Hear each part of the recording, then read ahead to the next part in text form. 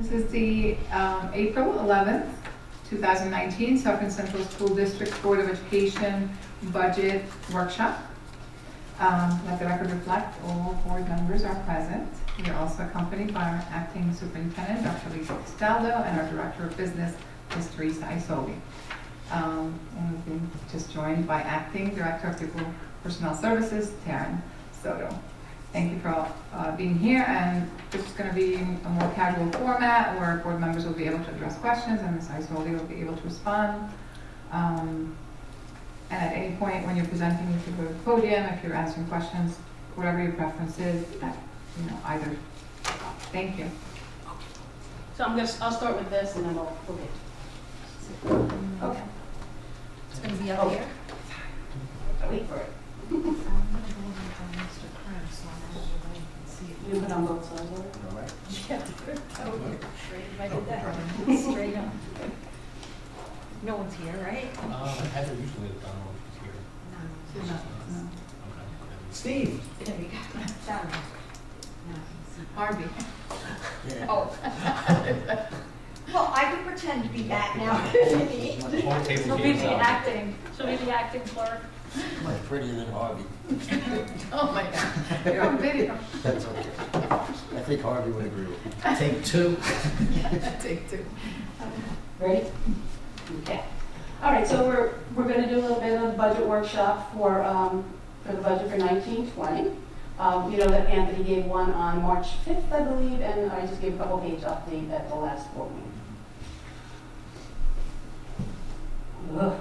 Is it not moving? There we go. This is just Anthony's slide. I want to show it again. This is the tax cap levy. As you know, for several years now, we've had a levy that is calculated based on some formulas that New York State has decided upon. A lot of people think it's a 2% tax levy, which is not. This year, because of the building aid loss, which we've been talking about for several years, we actually collect over 4% in tax levy of 4.6 million. However, like we said the last couple of times, we're just looking at a 2% tax levy at this point.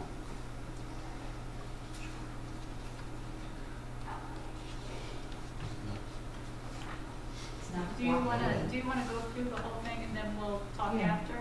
You could ask questions, whatever you want to do. Let me go. So just turn your mics on so your voice is heard, please. Thank you. Well, I was just wondering about the 2% tax levy, and I wrote an email to my fellow board members and to Dr. Castaldo, and you weren't on that email. Tonight, they're meeting over at Suffern, so we have a number of municipalities that are having tax increases. So even though Suffern is looking at a 13.9, I believe it is, tax increase, it's still less in dollars than a 2% tax increase for the school district per household. Also, another municipality that's having an issue is the town of Ramapo. So they're $8.5 million in a deficit for 2015. I could bet you that 2016, 17, 18 will be worse. That whole thing is going to be on the taxpayer's back. So what I would like to do, without Paul making the school district less of excellent work that we do, there has to be a way that we can use some of the fund balance and offset some of those tax revenues so that we don't have to go out and charge another 2% to those households. So that's what I would like to do. So this is your budget, and you can decide how you want me to do it. If we use those reserves that we built up, we talked earlier in the year, and I know you guys have been advocating for the whole utility issue. That scares me a little bit because those could be very large dollars that will come at us. For a couple, it's not going to happen this next year. It might even not happen the year after, but it could be some large dollars. We've had Scott here talking about it, and you know that those could be some large numbers. We also still have to deal with this building aid is going to affect us for several years. It's not a one and done. Yes, is the biggest year it's going to affect us, but it will be affecting us for several years to come before I think it's about 4 years before the aid and the actual building expense goes down. So you have to think about all that when you start using those reserves. However, again, this is your budget. I will do what you want. Do you want me to use reserves? Are there some programs you want to cut? Do you want to cut some, I don't want to say it, do you want to cut some teachers? What do you want me to No. do? I will do what you want me to do. No, But you gotta think about the fact that that's the health of this district in the future. Well, I think that the health of the district in the future will be fine. We're talking about $2 million. And if you look at the reserves that we have from year to year, and because we didn't get hit with the gas utility properties falling on the taxpayers, you know, I mean, just looking at the tax certiorari reserve that we have in 2016, June of 2016, we ended with 17.5 million. In June of 2017, we ended with 20.3 million. So, now- I'm sorry. and- So that has been something that the previous board has talked about. I believe NISBA has suggested that we reserve at 100%. And we are reserved at 100%. Right, but I mean, you even had the state controller's office come in and say we were reserved too much. Okay, so, And you got, Okay, so- and you got an issue from the outside auditors saying that your reserve is too high. okay, so the actual audit from the state of New York, basically at the time, from years ago, we used to put the tax certs in encumbrances. And we used to actually, at the end of the year, speak to the town, speak to Scott and say, how much do you think we're going to owe on this? They changed the way it had to go on the balance sheet, so it wasn't in encumbrances anymore. We had to put it in the reserve. So their biggest problem with us was that instead of speaking to the assessor who said, oh, you know, this is for $1 million, but we think we're going to spend $500,000 on it. They didn't want us to do that anymore, so instead of encumbering the money, we actually have the money in the tax reserve with every single line accounted for with petitions from the different organizations. So you have 23, so you're telling me that you have $23 million that are cases that are pending in court. Yes, I have backup paperwork from all of them.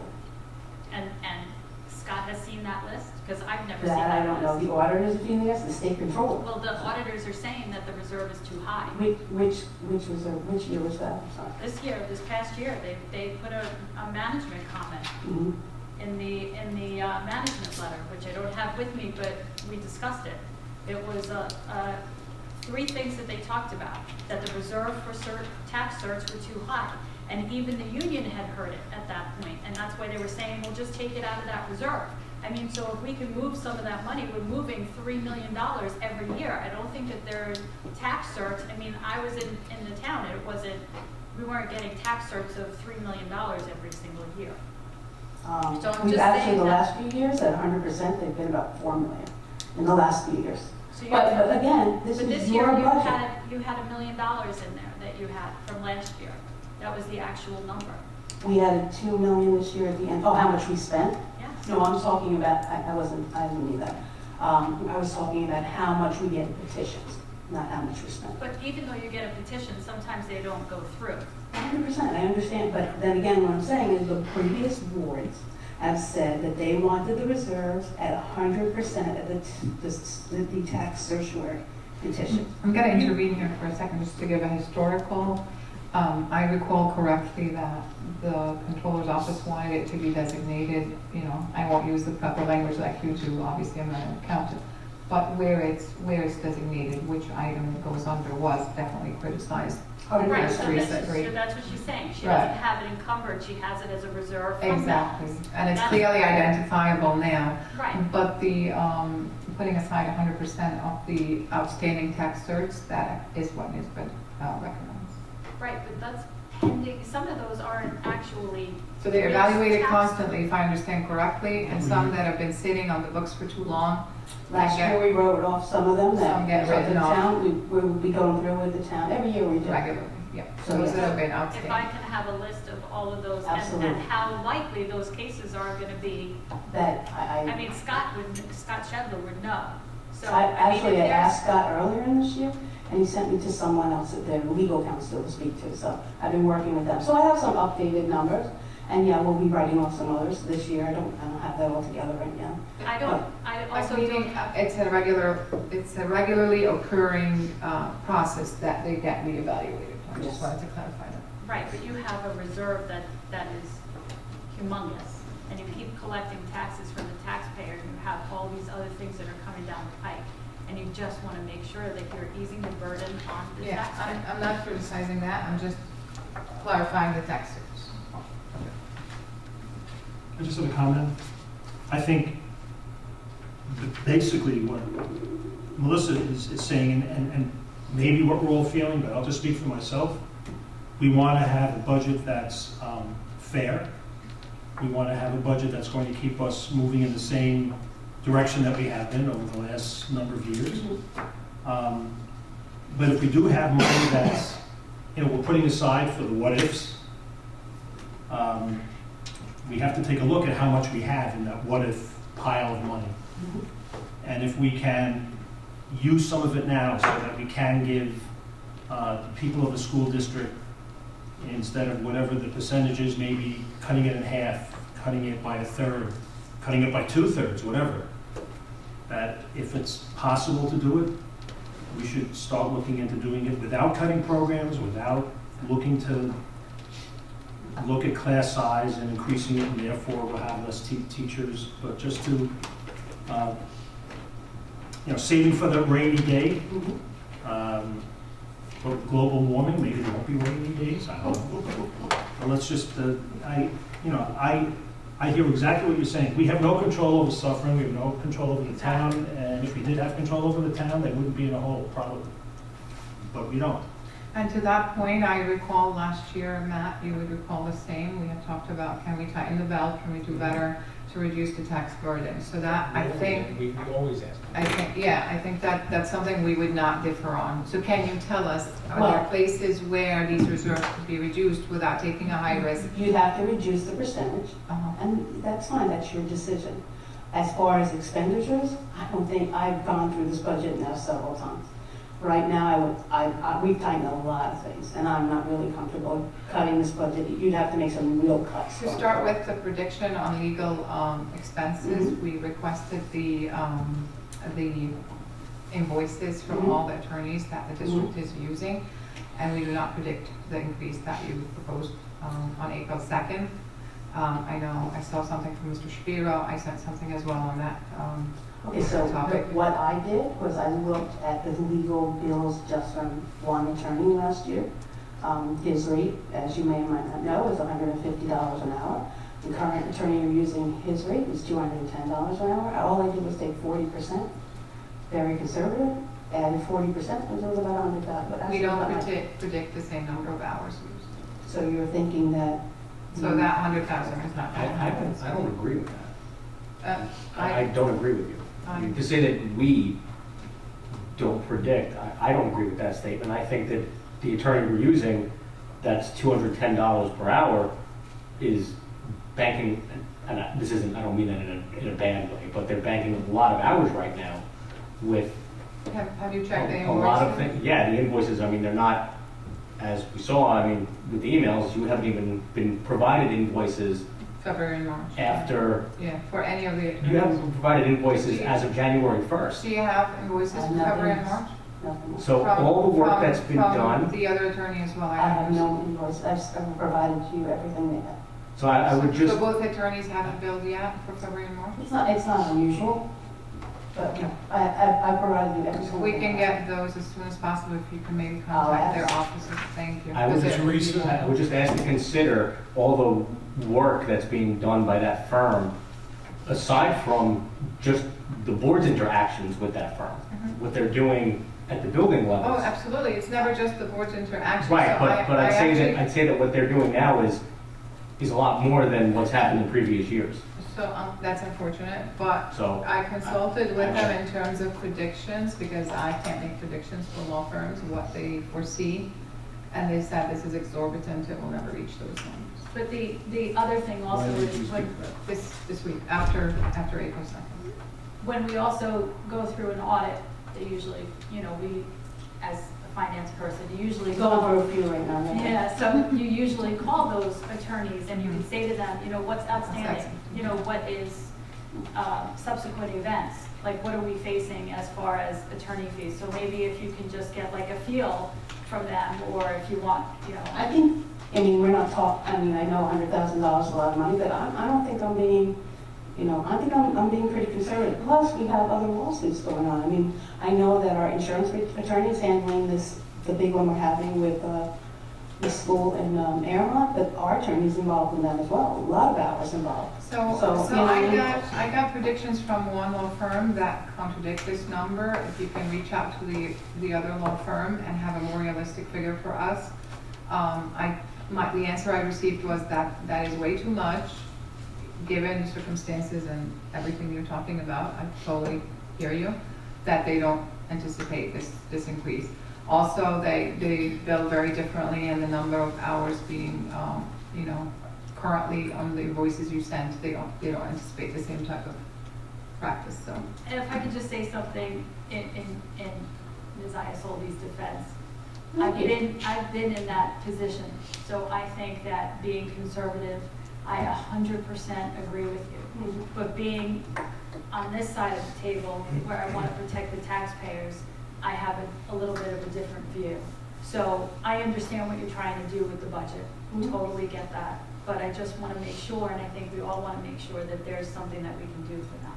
So that's, you know, and even the building fund, I don't know what the answer is as far as the certiorari, you know, with that reserve. If we can use it for something else, that's more of a question maybe for you or for the auditors, to maybe so that if the building fund is, we're not getting the funding from the state, maybe we can use a little bit of that certiorari fund to use for that. I don't know. I'm sorry. Like if we're not getting the building fund revenue and we still have debt service, is there a Oh, way well, for the state? I mean, certainly I could use the reserve to cover that shortfall.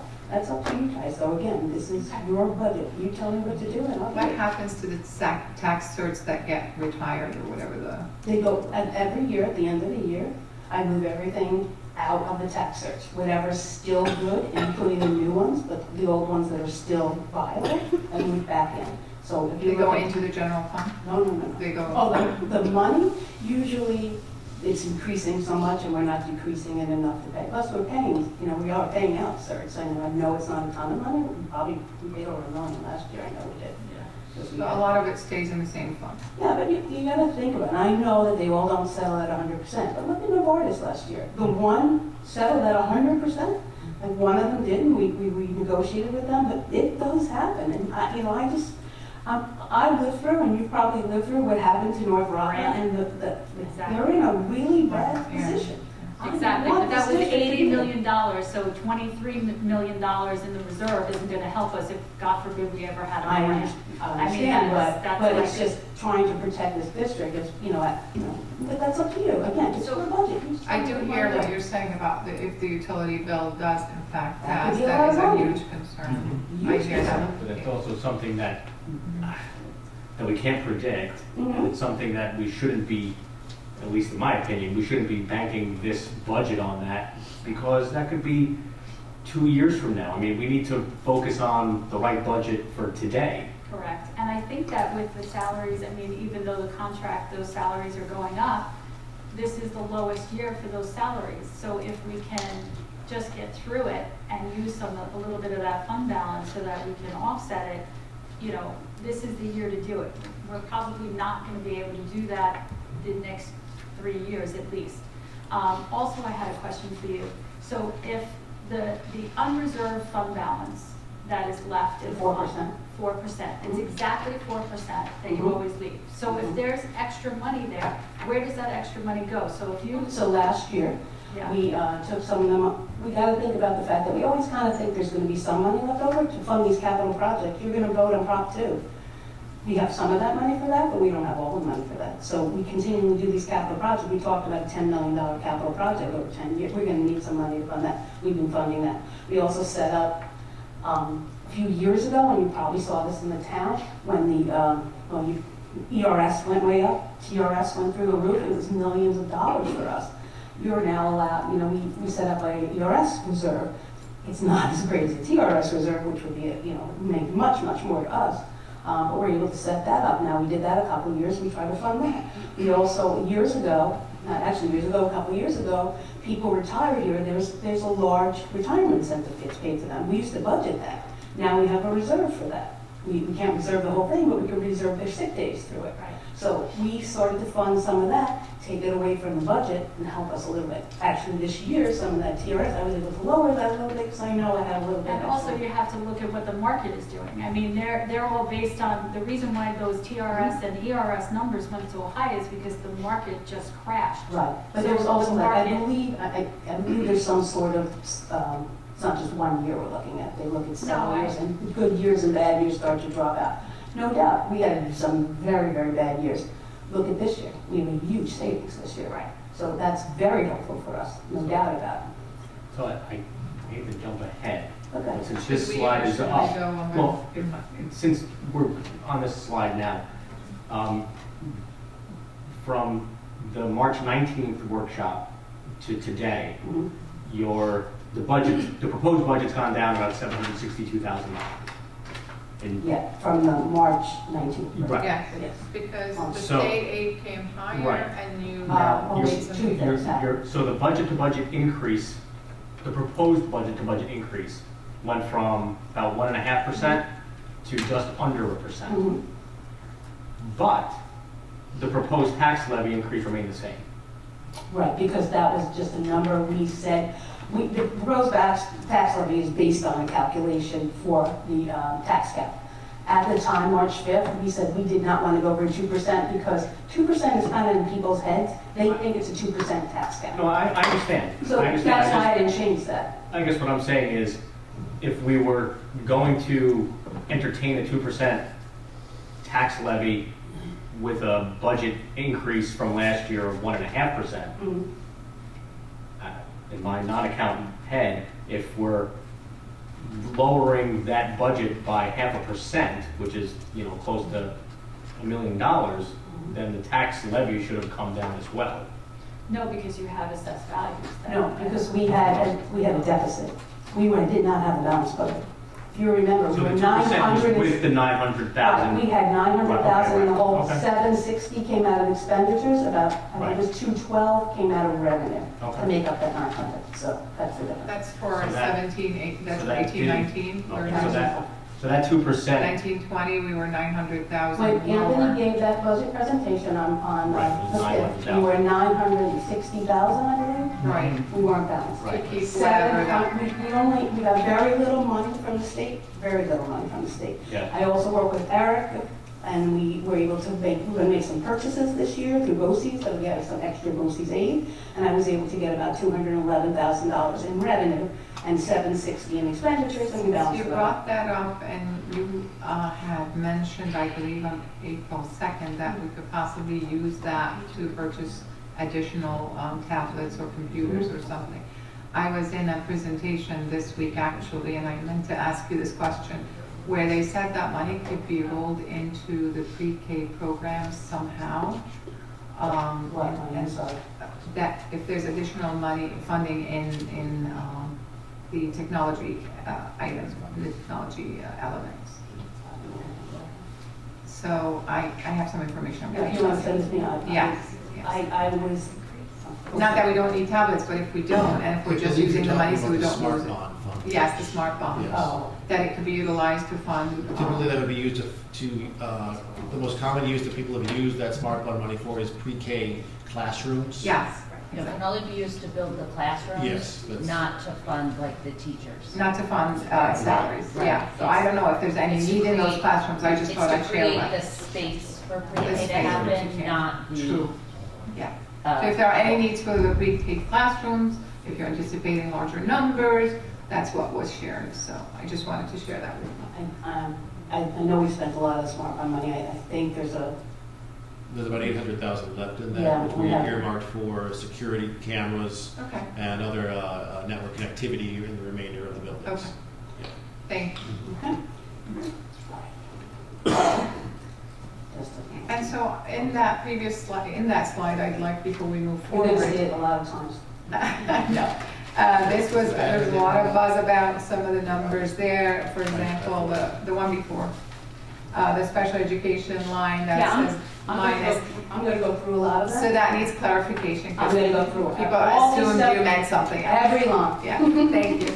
Okay, the first is the salaries, which it's no different, it's $1.9 million, and I just want to explain that a little bit.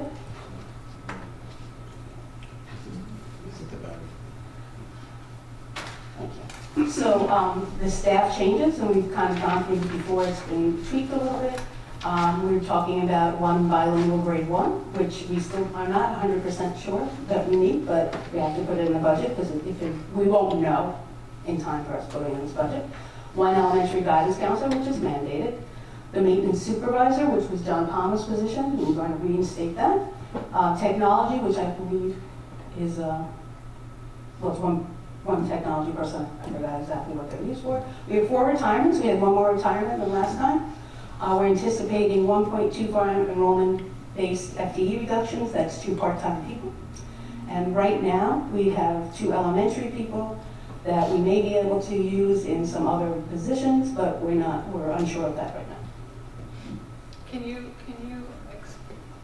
does the original budget proposed, or maybe Ms. Weber can explain, close to 4 people reduction and It was 4.5.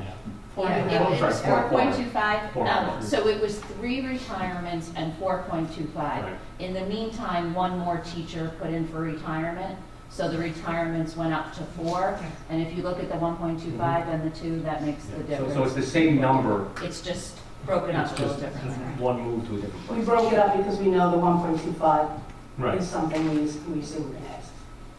So you're not anticipating necessarily 3.25 reduction, you're still looking at possibly no reduction? We're anticipating the 1.25 for sure, and we are not sure about the 2. Where do you plan for the 1.25 to come? There's some part-time positions in the district that yeah, could we keep them and give them work to do? Yeah. Do we need them? Unfortunately, no. We Based don't on- need the additional staffing. Based on the Enrollment. decreasing Can you enrollment, get her the mic? just based on the decreasing enrollment, we won't need them. Okay. Okay. So basically, they will probably never fill other positions, those 2. We don't know yet, I think, right now. Well, that's, So it depends on their certifications. It goes back to certification and tenure area. Where we have needs, we haven't needed elementary guidance. If any of these people were certified in guidance, that would be an opportunity for them. I don't believe any of them are. We even need a bilingual. If any of them were bilingual, they would have an opportunity for that. I don't believe any of them are. How difficult is it to get like certification and guidance? Is that like a year program? Guidance is actually one of the biggest. You need more Okay. credits for guidance than any other certification, I think.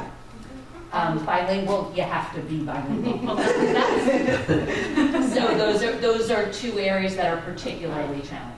Are we up to the new standards with mental health support in our buildings? Because the Was that- standards have increased. Yeah, have grown. So Thank you. we are, but we do need to provide that, can you hear me? We do need to provide an elementary guidance experience for the elementary students, so that's why that's added on there. That's not a spot we can That's fill new. right now with the staff that we have, with the current staffing levels. The rest of it we're fine on, yes. Thank you. so I believe that the presentation that Anthony gave, what came up was we were showing negative reductions in staff. And someone, I don't remember, who said, well, we haven't done that before. But it's been kind of transparent because we've had enough retirements in the last couple of years to cover that staff. So we haven't really gotten rid of the people because they were able to move, like we said, if you had the right certification, we were able to move people. So even though we weren't presenting, minus 4 people, we kind of were, we were reducing them, but we were absorbing them in other positions. Right, it's just through attrition. 100%. But we also created a new program last year, PBL, and we added Yes. Ed Bilingual or Yeah, and that's on there too. in You the see that. previous budget, in the 17-18 as well. What would an incentive program do? Well, I think that we were a little behind the 8 ball. I don't know exactly. It's something I have to work with HR, but it's something maybe we should consider for next year. It might be something we want to look at. Could you consider it for this year at I all? think it's too late at this point. So I meant 18-19, we created PBL and we have to Yes. add an ENL or bilingual. Right, so we had that in 18-19, we had the new Cherry Lane positions, because we moved the BOCES Right, program. so it wasn't just based on retirements, we created opportunities for new hires as well. Yes, we had both, so, but we had 12 resignations and retirements, and we saved 7 people. Where this year, 12 is, a pretty large number, we don't have that this year. Okay? Can you speak to the teachers' union with regard to a incentive for a retirement? For this year. We can work with HR, but I think it's, for the budget, there's nothing I can do at this point. For saving positions, if that's what you want to do, I'm sure that Harvey and I can work together. And That would be Lisa? the HR department and the attorneys. Right, I and think stuff. any incentive program for this year, while it might be beneficial, is probably gonna, those conversations would have to happen after we vote on the budget. Yes. So we have to kind of go into this budget with the assumption that we're not. And Right, then if we do, then that's great. that's where your savings would be. Correct. Yes, and So it is something we can explore, but this budget you have to adopt on Tuesday at Exactly. night. We're not gonna have that answer Right. by then, but it's Right. certainly something we can explore with the teachers' union, with HR, and Teresa and I. Okay. So, this is not actually the updated enrollment that we kind of worked on today, but there's 211 children in incoming KED, and there's 296 children leaving the elementary school, 85. So you can understand why we're having some of these reductions, and also this is going to start hitting the middle school, I think it actually has. And as the next few years go on, you'll see that there's lower numbers, there's your numbers on the bottom there. You can see the 4th grade is 243, and that'll be a lower number going into the middle school in a couple of years. So you're gonna hit some lower numbers going forward, which is something we have to think about. So it seems that Viola's is the school that's really taken a hit here, Yes, is the real critical school that we have. Yeah, there's some 40 building students, going on in difference. Viola, and different people, some non-public schools moving more into Viola right now, and that seems to be affecting our numbers in the kindergarten. It's a little hard to That's a lot discuss. of people, that's 40 people, that's a lot of bodies. Right, that's where we talked about that rebalancing of the kindergarten enrollment that will help to I'm ease sorry, that. please. I'm sorry. That's where we had talked about rebalancing the kindergarten enrollment to kind of even that out a little bit better. And that would be a report that we'll give Tuesday night as well. Well, where do you think you would be drawing, It's gonna be, It's kind of, where do you think you would be drawing the kids from? it's redistribution that we've drawn. Right, so we rebalance it by pulling students from different spots. We worked today, the principals and I, as well as Teresa, Rena from transportation, we had PPS represented, Lee's office represented to talk about where we could pull them all from. I'd really rather share that in its complete whole on Tuesday night, but we've done a lot of really good work on that to kind of make sure that the goal of the committee is 2 really healthy sections in 4 of the schools, and the 5th school having those 4 sections that are really manageable. I think we've reached that goal with some of the ideas that we have, so I'll be sharing that Tuesday. Okay. Thank you. So as you see, benefits went down significantly.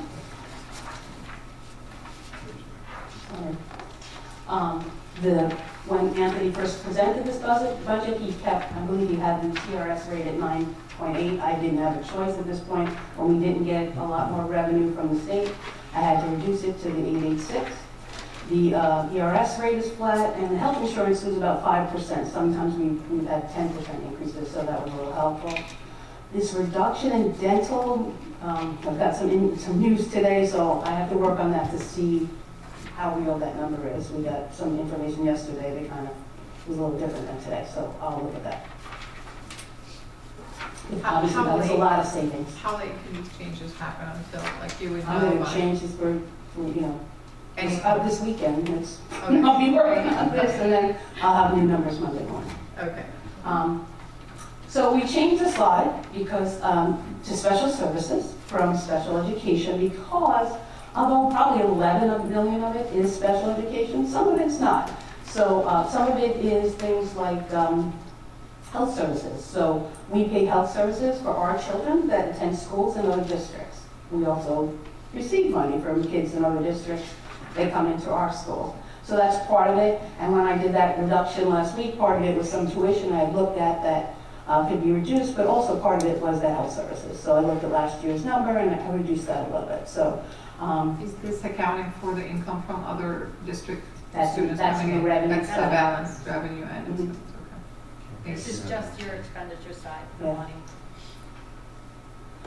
There's So no is netting that- things here in is the that government what- world. Is that when somebody came to the microphone and was talking about special education being reduced? Yes. Okay, thank So you. we're not reducing any services for the No. kids? And I'm going to show you that right here. Okay. What is hard to understand the way we present this budget is that we have salaries in one whole category. So in the last few years, we've moved programs into Cherry Lane. We've started 2 classrooms. I think it's K2 and 4. K2. Sorry.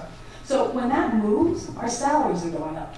But our special education costs in that line go down because we're moving it out of BOCES. But people don't see that and they feel like we're reducing expenditures, but we're not. We're just reallocating our funds. I'm just glad about that, because as much as I love BOCES, I'd rather keep our kids in the district and give them services through the district instead of sending them out to BOCES or somewhere else, so that's a We good just thing. need to make sure that the services that they're getting here are equivalent or better than they're getting at BOCES. That's the main concern. And the community has to realize that there's not a reduction in Well, services. that's why I'm trying, I'm going through this in the BOCES, we've changed it here, and I'm trying to show also that for people to understand what's in the salaries now. But I also want to clarify, aside from that, which is really a good point, that some of the money has been reallocated to salaries. I also want to clarify that I had the concern when we were bringing more students from BOCES programs back in-house and hearing from parents of special education students that they want to make sure that Melissa said and Paul said that the services are comparable or better before any students are brought back. And Dr. Castaldo obviously is the best person to answer to that. That would never be a compromise in the quality of services that they're receiving, and like Angus said too, so. I'd love to say I'm definitely the best person to answer that, and maybe at one time I was, but right now I know Taryn's here, Taryn Soto, and she has a lot of insight in this area as well. But we have worked very hard on all of those programs that we started. And it's not just a matter of really bringing students back, it's also that we have students at this point that never went out to BOCES as well. So we've been able to keep them here, and I think the biggest success we've seen is in those programs. We've put a lot of work into them. We have a lot of resources for them, including a BCBA that works with the programs.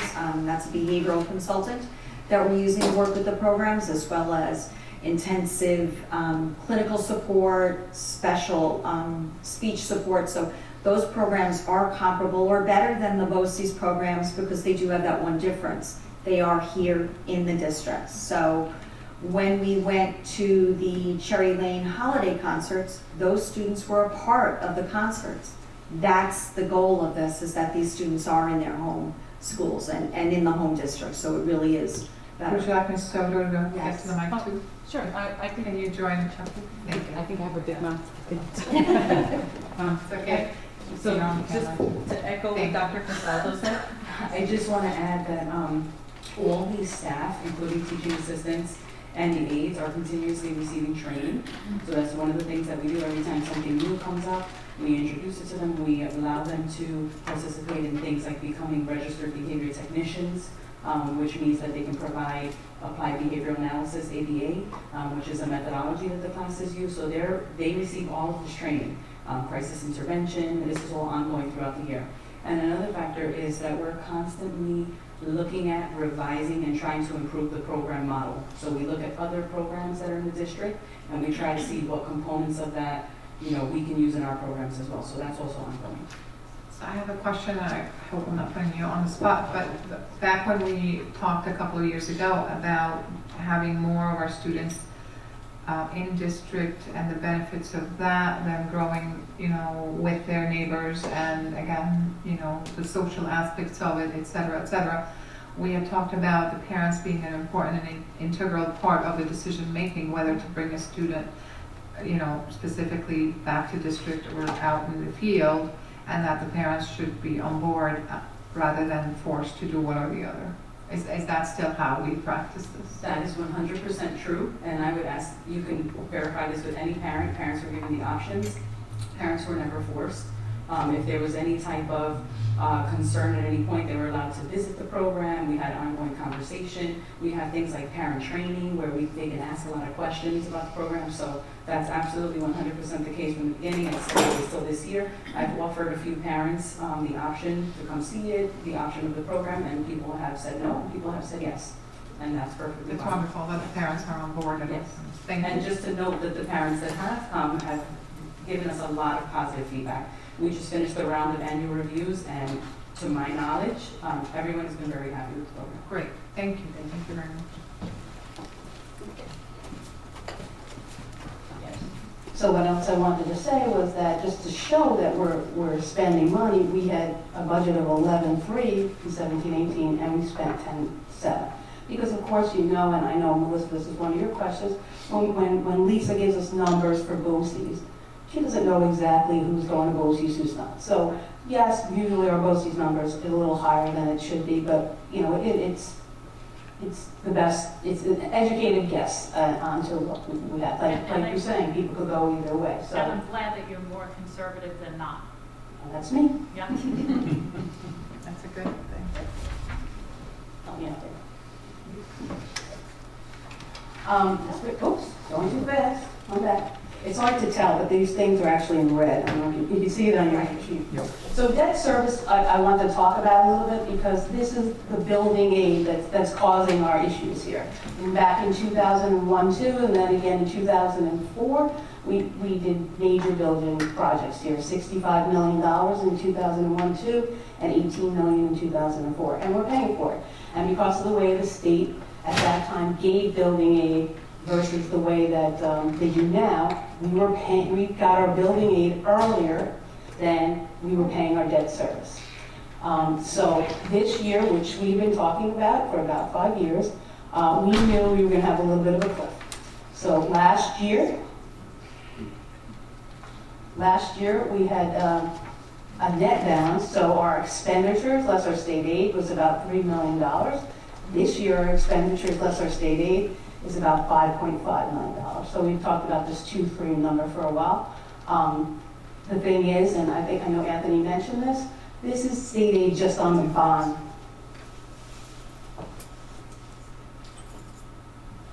This is state aid just on the bond projects. So we'll be closing some projects and we'll be getting some other state aid. But I just want to show this in black and white where I keep talking about that's what it is. The next thing I want to talk about is transportation. So we went through this before, but our transportation is basically increasing. We do have CPI, but most of our transportation is non-public students. And if you can see this very clearly, in June of 2018, we had 794 students. By the time we opened school in September, we had 833. Right now, and this is what we're dealing with upstairs, which has been overwhelming, is 1,136 applications. Now, some of them we talked about could be people that have additional children in the same system, but a lot of them are new families. And more are moving into the Viola School, Montebello area. So it's a Montebello village, but the Viola catchment. And those are huge expenditures for us. And most of our calls and transportation come from non-public. The other thing I added here, because we talked about the rebalancing, is we're not exactly sure how that's going to affect us, but we had to add one large bus. Do you have any predictions in that since you guys have been working on that? Well, we just got the numbers today, but We think it's going to take one extra bus. One right? additional bus? That's Rena's best guess based on what we've gone through. Okay. And what's the cost of that roughly? about $100,000. So I don't know. But, Okay. so I put that, that's actually the only real difference between what I showed last Tuesday, and what I'm showing today is that one bus. But again, that's a guess, we're not exactly sure how it's gonna be. We had people all the time here. There's people coming in and out, there's people moving, there's special ed needs, there's a lot of money here in transportation, and it's becoming bigger and bigger in this district. Was there a discussion yet with the private schools? I remember supposedly, I guess, Steve Fromston met with all of the different private schools to explain to them when they should let us know that they need transportation for the year. Has that taken place yet, or? I'm not sure. You're Yes. talking about the people in public schools? Oh, I'm sorry, yes. We had a meeting, I was at it a couple weeks ago. We always have a meeting in March, and we invite all the non-public schools. We go through all our transportation handbook, and we go through all that and show people. And Steve said basically that, you know, although they advertise it, some of the leaders of the different groups do not come. I was just trying to make sure that, you know, they were all notified. We notify, we email, we call, we constantly try to notify. Us? What's that? Send a bus. No bus. We actually even made it a little earlier this year because we thought we'd get more people if we made it a little earlier. We had maybe about 8 schools show up. Is that normal or is that shy? That's normal. It's about, I've been doing this for about Status 5 quo. years, and Status probably quo. about like 8 to 10 schools show up. they have We have 111. 100 and something. Well, we have 100 and something 110. registered schools, but we transport to 86, I think, off the top of my head. 115 schools we transport to, 81 are Something like that. private. So, yeah, we don't. And only 8 show. So 10% show. That's probably about right. Normal. But we constantly commute. Oh, no, I'm not saying that. No, I'm not. It's just But incredible. it's nice, we try to bring everybody together to ask their questions. Sure, and sure. We try to, go through all our policies and everything, but, Don't happen. And I know you're constantly looking at these numbers and over the years, and as the years go on, I mean, as you said, students register consistently.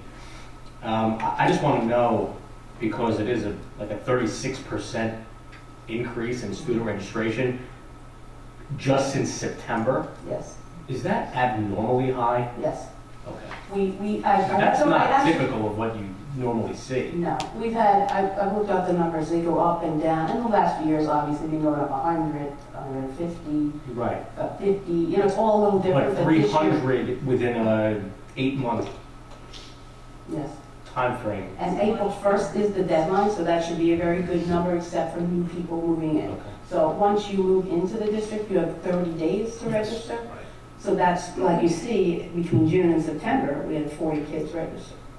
So, Right, yeah. right. So it's a huge Yeah. And undertaking. it's probably very for the difficult, trip. probably a very difficult thing to forecast also. Very difficult. And actually, I have to say though, if you remember if you go back to your March 5th, 300 was the estimate. And that's pretty close. So not all these kids have been approved, but most of them have. But we still, a lot of people, they register, but they don't send a rental agreement or whatever. So we're constantly going back. So I think about 1,000 are registered, and about 130 something are still pending. So Yeah, you How many of them they get you registered? estimated 300 additional students and those numbers are and great. 18 Yeah, it was right out of 18 the- additional schools Right. to be transported to. Yeah, that I don't know yet. I have to say, we don't know that number yet. Because what Right on happens the is dot, that, we'll get schools that are trying to, 303. we'll get schools that are trying to register, but they won't have the proper paperwork, and we have to go through that, make sure they have a CO, fire inspection, all those kind of things. So, and then we have schools that move. We have schools that drop out, schools that come in, schools that change their name. There's a lot involved in this. It's really a huge undertaking. It is, I don't know how you keep up with this department. The The hardest job. Rita does a great job. We have a lot of people that pitch in. Everybody upstairs seems to have a little piece of it, because it's like all hands on Thank deck. you all. Okay, the last thing I was going to show is buildings and grounds, and I know this question came up. I know Anthony had gone through it, but we have a slight increase here. And these are, there's that one line, I forget the name of it, but these are our building initiatives that we talked about. New initiatives. New initiatives. Yeah. So, I put some in red because I did reduce this line a little bit because I'm hoping that we might be able to, I want to do what we need, but I also want to try to save. Maybe we don't need exactly X amount of money to redo a library, or maybe we can get some in-house painting done during the summer. We don't have to outsource it, maybe save a little money there. We'll look to save money wherever we can. I volunteer to paint. Yeah. You have to be. I don't. I volunteer Melissa. Melissa when you paint, I'll bring you a coffee. Yeah, the Dunkin' Donuts is on Angus. Yeah. I'll cheer you on. So, a lot of these things are safety related. The PAs, obviously, we've been working on that. It's very important for us for safety reasons. Hallways are just a pretty thing. In the air conditioning, we found out there were hardly any left, so we should just finish that up. The Montebello sidewalk, we've been looking at this for years because Montebello is very landlocked as far as they have like a, water issue on one side with utilities, and then there's a conservative, someplace I forget what you call it, that you can't build in certain areas. So it's very limited where we could do it without spending tons of money. So I'd gone there for a couple of dismissals and arrivals and saw pretty much a free-for-all. So we added some security there. We actually have more security in the morning there, more security in the afternoons.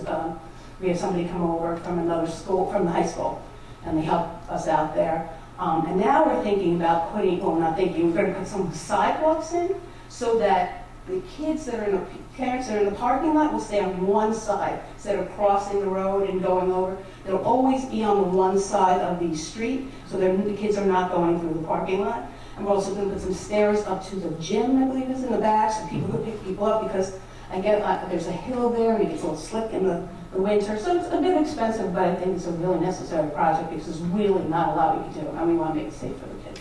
So I have a question, Teresa, if you don't mind. So last week we had a meeting with Armored One and our architects and Dr. Costello, and we were talking about all those vestibules, our security vestibules. I don't know what's the prediction of the timeline and where's the funding for those coming? Well, the funding we approved last year, I believe, and Right, is it all fully funded from that? All of it? Is it all? As far as I know, yes. I mean, sometimes things change slightly because of the change orders as they go in. And unfortunately, you might have heard we had some tariffs, and I did hear John Conway talking about how that might affect us a little bit. So that's what my question, we approved it under certain assumptions, and then there are some upgrades that we discussed in terms of like particular types of glass, et cetera. Sometimes where's the funding for? Well, remember that we have $700,000 a year that we're using in the general fund for building projects. Not that that was what we were thinking about for this year, but that is some money that we use. Actually, when we did the $65 million bond back in 01, 02, when I was young, we used $3 million of general fund money we upgraded all the schools. Okay, so some of those upgrades that were We could use discussed that up, yes. can come out of that. Thank you. Can I just say one thing also? I think it was Joe Gravagna was here one day and he was talking about, and is that what you're talking about with the sidewalks? Because he was saying how there was people backing up on the grass in front of Montebello and kids walking through the park. Is that so what happened? I actually they have a different entrance for parents picking up now, which has made things a lot easier. Okay. But what was happening, why I got the extra security guard, is people were pulling up into the circle, but they didn't want to wait for the buses, so they were backing up. So we stopped. It was so dangerous. It was horrible. So now we have an extra security guard to stop them. So you have to park at the bottom. If you want to pick your kid up and leave, you need to park at the bottom. All right. I just want to make sure that, and that's where the sidewalk will be going down along The one of the side, so park we're lot, going to actually kind of designate some spots that say, pick up. The problem, we don't have the problem in the morning really because people just drop their kids off. But in the afternoon, they have to come and sign them out. So then they have to park. And there's not a lot of parking. It seems like there's so much parking in some of these schools, but there really isn't. Right. I just wanted to make sure that his concerns were addressed, that's all. I remember him coming in specifically about that with the kids' safety. Absolutely. And we've been doing that for a year now, so. On the LEDs and ceiling upgrades, I know these have been going on for years. Is it partial at Sloatsburg, Conner, and Cherry Lane? Because they've been started already, no? Okay, that's really, I'm sorry, You're not sure. I can find Because out. I remember I'll ask John seeing- about that. That's not, I don't. Some had been started when we did our walkthroughs and I'm sure it is. Like some of the air conditionings, a lot of that, what we're talking about this year, will probably be completed this year. So when we have the money, we try to get things done, because these projects are ongoing, But this is, they might have done in other schools and they're working on these, but whenever they have time to start them, they do. And so we're talking about the playground and replacing, trying to keep that money as we need it. Also, library at Biola, we're going to make some changes to that. Just a little upgrade of different furniture and and a couple of things. The last thing is other, and I saw I'm a Facebook person, so I saw people saying, oh, there's $6 million, so we thought we'd explain that a little bit. So most of the $6 million in other is the planned balance, because during the summer, I still have bills to pay, and most of my money doesn't come in until September because of taxes. So we use that cash, that planned balance, to pay our bills during the summer. People who are working, it's obviously a lot smaller expenses in the summer than we have the rest of the year, but we do still have some. And sometimes in September, the first payroll is a little dicey trying to get that, because we do have, less money. We start to get our money in September, but most of it comes toward the end of September. The other things, we spend a lot of money on supplies here. The capital improvements, the $700,000 that we're talking about. If you remember a few years ago, when we proposed the $17 million capital improvements, $10 million was coming out of the capital reserve, and $7 million over 10 years was going to come out of the general fund. We have equipment, legal, insurance, we have a lot of textbooks, small claims, which are mostly the small claims budget is for that small claims, not tax certs. We use that out of the reserve. And then just some minor other things, but it adds up to $6 million.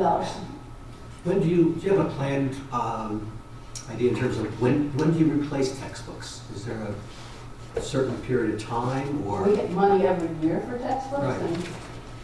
And To be honest, it's the 21st century, we don't use very many textbooks. We use resources, I Right. would call them resources as opposed to textbooks. There are still some textbooks. Because there is a whole slew of expenses for textbooks in the budget, and I was wondering, maybe they could be reduced since you are going into the 21st so century. everything with we spend, tablets. basically, we get back in aid. So there's no real incentive for us to reduce that. We're not spending more than we get. But when you use the term textbooks, is it covering software and technology also, or It no? depends. It depends. For the most part, no. There are exceptions to that. If it's a true e-textbook, you can work with it, but if it's a software program that teaches reading or math, no. So it depends on what it is. And I want to thank Lee for the pie chart, because that really does make it look pretty. That's beautiful. And it does seem kind of crazy. I mean, 5% of that other fund is still $300,000. $300,000 for textbooks seems But like I said, nuts. and I'll talk about that in a little while, what we get. No, I mean, if we actually spend it, then you get back. The number We get seems so low. $58.25 per child, You get 58, $58.25 per child. and the textbooks are $200 a piece now? Well, it's, we still are spending different things, and, they spend it on workbooks, on textbooks, on whatever. Well, there's a So I different was- line. I was curious. There's a different line for workbooks. Yeah, but it's still textbooks. Right, consumables, but if you look We at. separated that out list- so that we could make sure people were spending it on what we wanted people to spend it on. But that's something that could be reduced. You wanna- But there's no real incentive to reduce it as long as not spending over $58.25 per student. We get aid exactly on what we spend. So are we aidable 100% on this item? $58.25 per student. Does that include like ebooks? It depends, if it's a true ebook, if it's a textbook that's converted to an electronic format, yes. If it's a software program that helps kids read, no. Oh, no, I meant like Yeah, if it's a actual true text. ebook, yes. It can be, as long as it's tied to the curriculum. Because then I'd rather the kids, that's why they came out with iPads. Is that they said that it was for really college students, so that they didn't have to walk around with all those heavy textbooks on their backs. So, I was just curious, so you had in a previous slide about how we added the $100,000 to the legal services, and then on other, you have 7% of that as legal. Is that the same? Yeah. I was just showing that in general on that first slide, but I was just showing this approximately. Okay, so you're just illustrating what you were saying we were gonna spend on this pie chart. Yes, exactly. All right. Yeah, and then that's about 420,000. Yeah. And that's going to be revisited with some communications. Yeah, I'll make those calls and then we'll. Thank you very much. And if you could share with us before Tuesday what you come up with. Thank you. Yes, because we have to vote on this on Tuesday. We have to approve this budget on Tuesday. Okay, now we're going to go to the other side, revenue. So on revenue, I said before that we only got about 200,000, and a lot of that, 125,000, was actually Eric and I working together to get some extra BOCES. So, and that's money we're gonna spend this year on these tablets, that will get us some aid for next year. So, they were actually reducing our aid, because that they updated their BOCES, they'll get more BOCES numbers when they kind of update that. What I want to show, since we have a little extra time, we're doing this as a independent workshop, is the unclassified revenue, which is mostly pilots. So unclassified revenue could be prior year BOCES refund, because BOCES, as you may not know, doesn't make any money. So next, when they spend their money, whatever they have left over, they share between the districts that are part of their component BOCES. We also, what's different in the government world is that insurance payments come in, you're looking at revenues, and people used to have asked that before. It's like, why do you have insurance? Oh, you're making all this money on insurance, but we're really not making money. It's just it's offset by expenditures on the other side, and you're just seeing it on one side. Of course, we're making money on tuition. We have kids coming here from other districts, and rental income. And then sometimes we get some other state aid payment, maybe Medicaid or things like that, or some old prior years. Once in a while, I get a few bucks for prior years that they've set aside for us, very rare, but we do get some money there. Do you know off the top of your head how much in tuition so far? I don't know, sorry, I looked it up. Okay, Steve. What are you talking about? Thank you. So pilots, which is the biggest revenue in the source, are payments in lieu of taxes. So over the years, it's basically the town makes these agreements with these different entities, some to keep them in the district, like Avon a few years ago, some to incentivize them to come here, like Raymore and Flanagan. And then basically they're flat payments that they make every year. Some of them are on a schedule, so they change. Some are basically the same. Some are based on our increases in taxes. It's all different. But that's about $1.9 to $2 million. Do we have any pilots that are maturing anytime soon? Not any big ones. Can we get the next one? So the biggest ones we have are Raymore and Flanagan, Avon. All of those are not.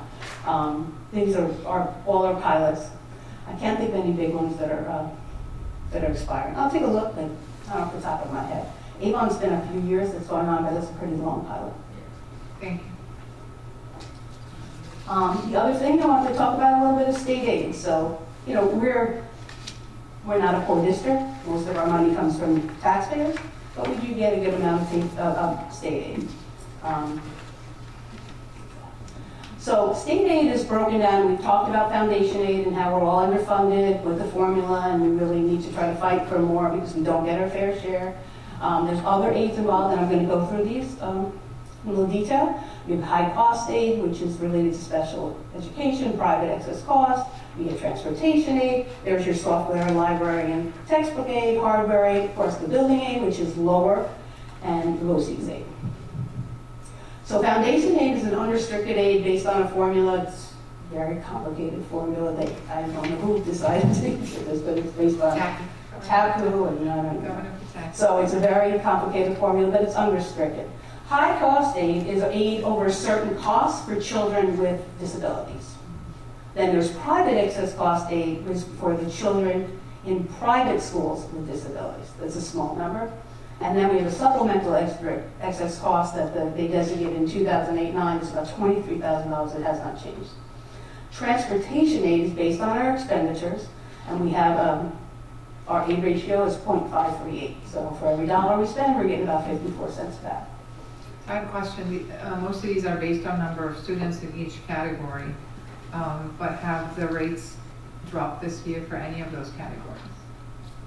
I believe Anthony said that the transportation aid had dropped. That's actually based on expenditures and not on students. Right, but the high cost excess, the private excess cost? It depends. It's not that the rate is changing, that's based on how much you spend. And every year the threshold changes slightly. So if you spend more than like $50,000, you get aid on the difference. So if you have some high cost students, there's not a ton, but you do have some. Not very many. Right. So we get some aid on that. The other thing was we were talking about before, like software and library, and this gets a little complicated. Software aid is about $15 a child, and library about $6. But that aid is based on the children located physically in our district. So the children at Sacred Heart, we get aid for them. we send the aid to them. Our students that are elsewhere, let's say they're in East Ramapo is getting that aid, but they should be providing it to the school, so they're going for our children. The textbook aid is based on our children, so the textbook aid follows our children. So we have children in South Orangetown, they're getting that $58. We actually used to do it ourselves, but now BOCES actually helps us with that, where the schools are asking for the books. They know we have $58.25 per child, and that goes to the schools. They order the books through us. Hardware aid is based on, again, the kids that are physically located in our district, that's like a flat amount of money, and then some sort of formula, and that's divided by the number of kids. And of course, building aid is based on our capital expenditures. Once we file a final cost report, which is different than happened years ago, we get aid on this. We get aid when there's students, so we try to tie projects to students, and we get 0.488. So almost half of what we spend in building, we get aid on. And then BOCES aid, which is a little more complicated than just 68%, because if we hire somebody and they're $30,000, that's where that aid stops. So it's a little complicated formula, but using BOCES definitely helps us aid-wise. The other thing I wanted to explain a little more on the other side was the use of the debt service reserve. So when we had these building projects, we borrowed the $65 million over different bonds, and we refinanced them over the years. But way back when we started that, interest rates were really good, and we made about $1.5 million. We're still, making some interest on that, in interest, which we could leave in the debt service reserve, which we always thought we'd earmark as part of trying to help this cliff that we're falling off in the next few years. $900,000 of that is what we're using this year. We're going to have $636,000, which we can use over the next couple of years. But we still will have a bit of a cliff. It'll be a smaller cliff, but we will have a cliff over the next couple of years.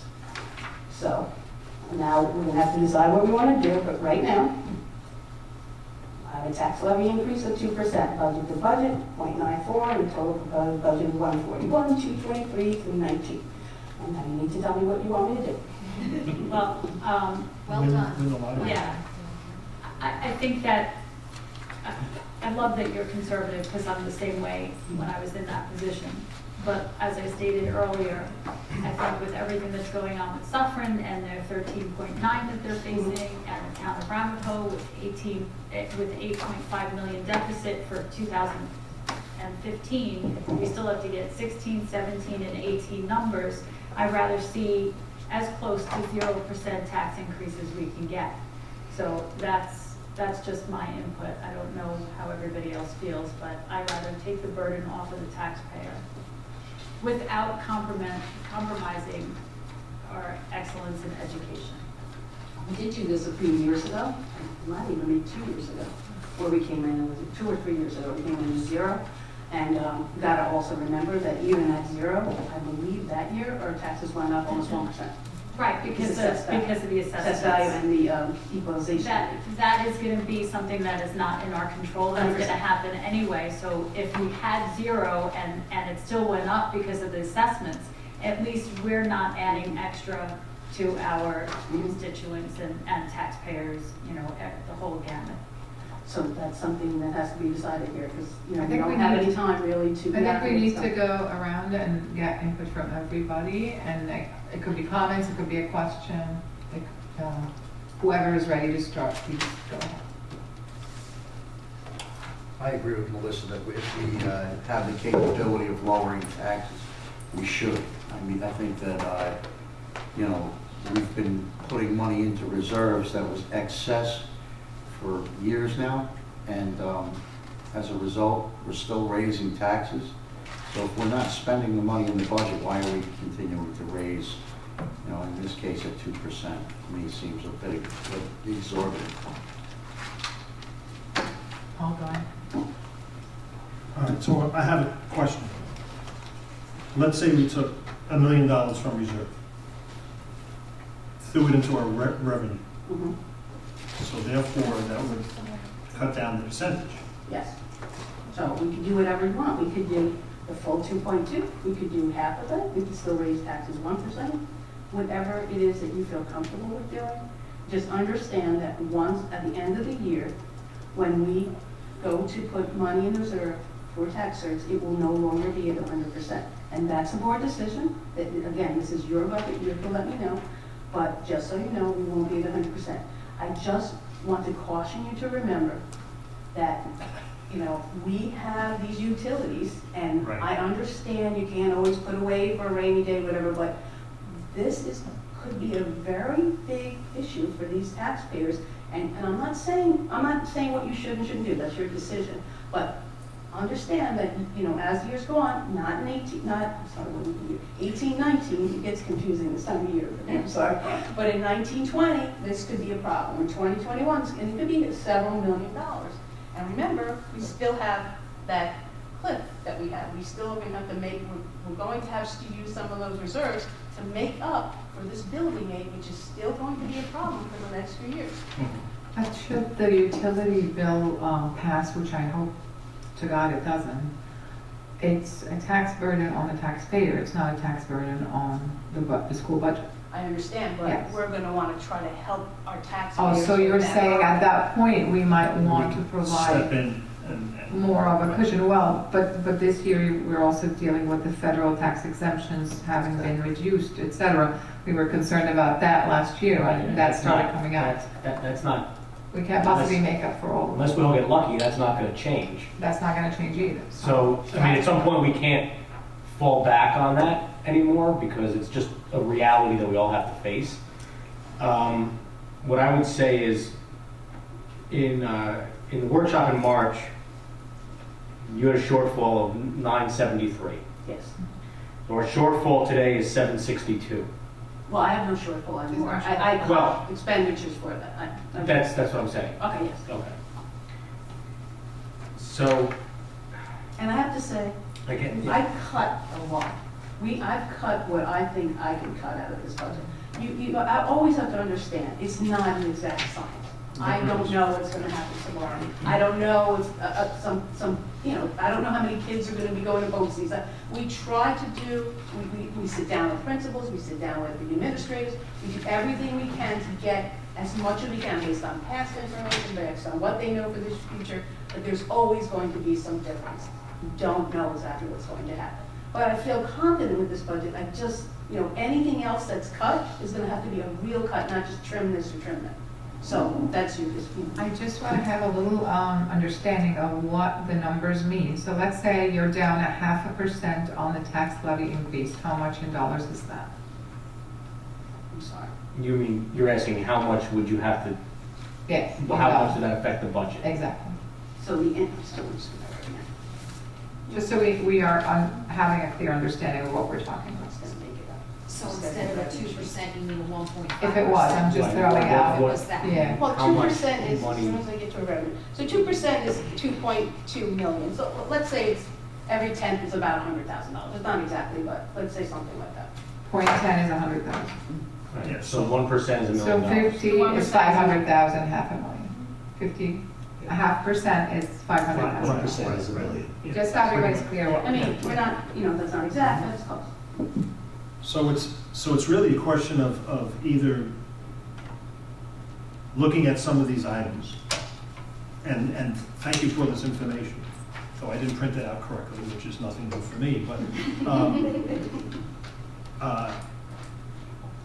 we could go through some of these individual lines In what else?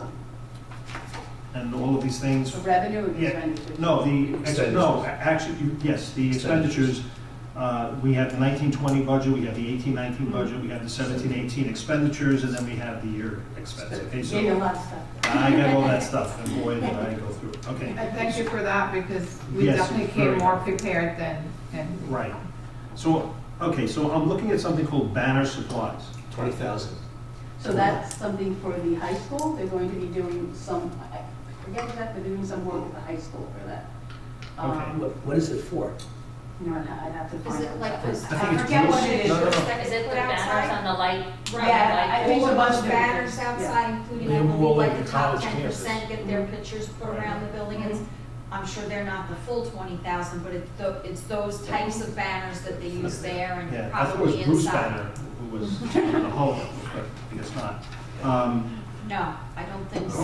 Right, so that's what I'm talking about. If we cut that from 20 down to 10, and if we looked at some of these other things that may be at 25 and we drop it down to 15, and maybe we can get like $100,000 out, versus taking money from our reserves. And I hear you very clearly. The what if? There are some things we have no control over. This we have control over.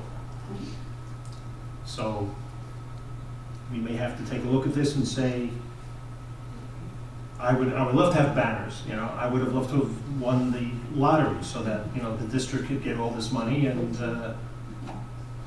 we wouldn't have this problem. And I think you mean that as an example and not a definite line, but if we can go I think he means that ahead. as a definite one. I really do. Oh, no, I'm really talking about the banner supplies. I mean, here it is, 20. He'll have to answer to that when the banner is gone, Yeah, and I was listen. trying to save you. I know Pat, I know the three guys, you know, the three amigos, yeah, fine. But I'm just saying that, you know, $20,000 here, $20,000 there, and all of a If we sudden. can go it's up line to by 100. line again, But we let me really say- would like let to me say see this, where we can. Because I have, and I'm not saying that, that's me changing what the principals want, and is that my decision? No, I'm not gonna make that cut, we'll have to work as a team. But still, I'm not making up $2.2 million. Oh, no, and there's really no way that we can. But if we can come up with a figure of, let's say, even 400 or 500,000, then at least we've maybe gotten a little bit closer. It's not going to be easy. Oh, I'm not saying there's it will nothing not be easy, because you've got to think about the fact that I've cut this budget $760,000 Right. since March 5th.